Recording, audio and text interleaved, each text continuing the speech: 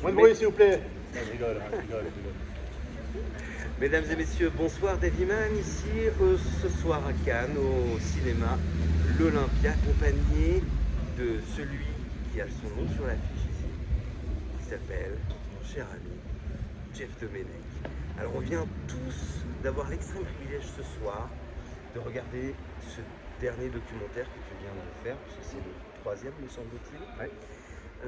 qui s'appelle donc Belmondo, l'influenceur. Alors Belmondo qui nous a quittés il y a très peu de temps, star internationale française, la légende totale, avec qui tu as eu la chance de partager, on va dire, ces 10 dernières années, peut-être plus encore 15 15. 15, ouais. Voilà, alors, une question moi, en tant que fan, j'avais, qu'est-ce que c'est de vivre avec cette légende, d'avoir la chance de passer cette vacances, de vivre des moments d'exception avec tout son relationnel d'amis extraordinaire. Qu'est-ce que ça fait, Jeff? Au-delà de l'amitié, je te parle de la magie en tant que fan depuis le départ. Ah, c'est un privilège, et puis fan, après c'est un ami, donc j'étais plus fan de lui, c'est devenu un pote, mais c'est un privilège, voilà. C'est un privilège quand T'es sûr Jean-Paul... qu'on reste pas toujours fan, même quand on est amis, un peu quand Oui, même. oui, un peu quand même, bien sûr, mais c'est un privilège déjà que monsieur comme ça t'accorde sa confiance, qu'il te présente ses amis, qu'il te présente sa famille, et que tu fasses partie de cercle des intimes avec le temps. Et voilà, j'ai eu la chance et le privilège de connaître un immense monsieur, un immense artiste, mais surtout d'un homme d'une humilité très rare et d'une bienveillance encore plus rare. Voilà, c'est ce qui était les qualités de Jean-Paul, quoi. C'est ce qui veut dire finalement que plus on a de talent, ça, on ne peut quand même pas lui enlever d'aucune manière, et plus on est humble finalement. Plus on n'a pas besoin de justifier de quoi que ce soit, puisque l'effort il a été fait, et Dieu sait qu'il était généreux dans l'effort. Ah mais je pense pas, parce que moi je connais plein d'acteurs qui ont beaucoup de talent, ils sont pas très humbles. Hein. Ouais, c'est ça. Et on connaît quelques Jean-Paul, c'est par rapport à sa stature, enfin son statut qu'il était, mais surtout il était bienveillant avec les gens, avec le public. voilà.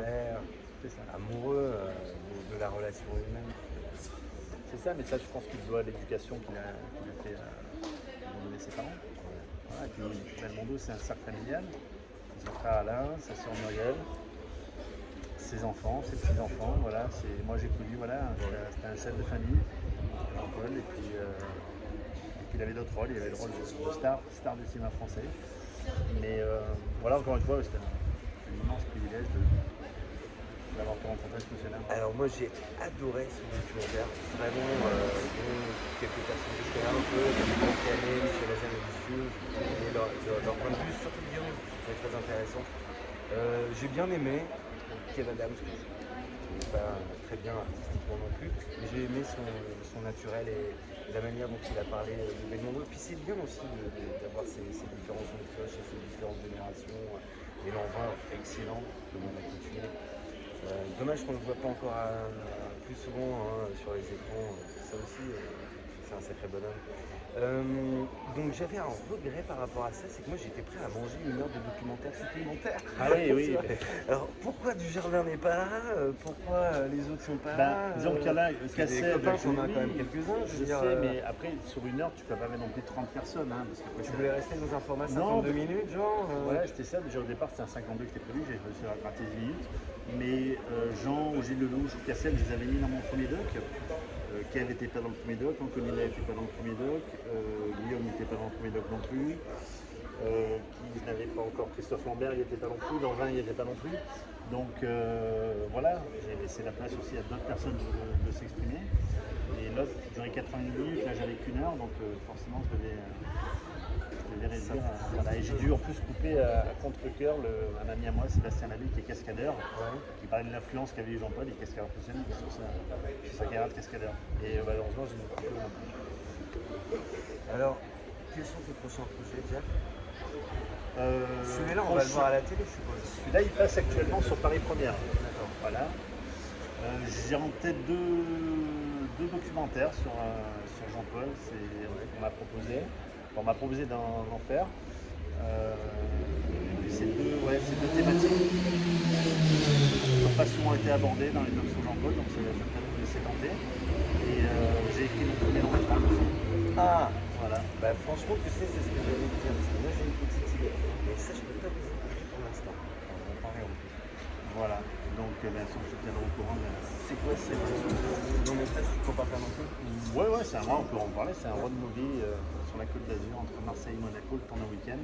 Entre deux personnages totalement différents l'un de l'autre qui vont apprendre à se connaître le temps d'un week-end.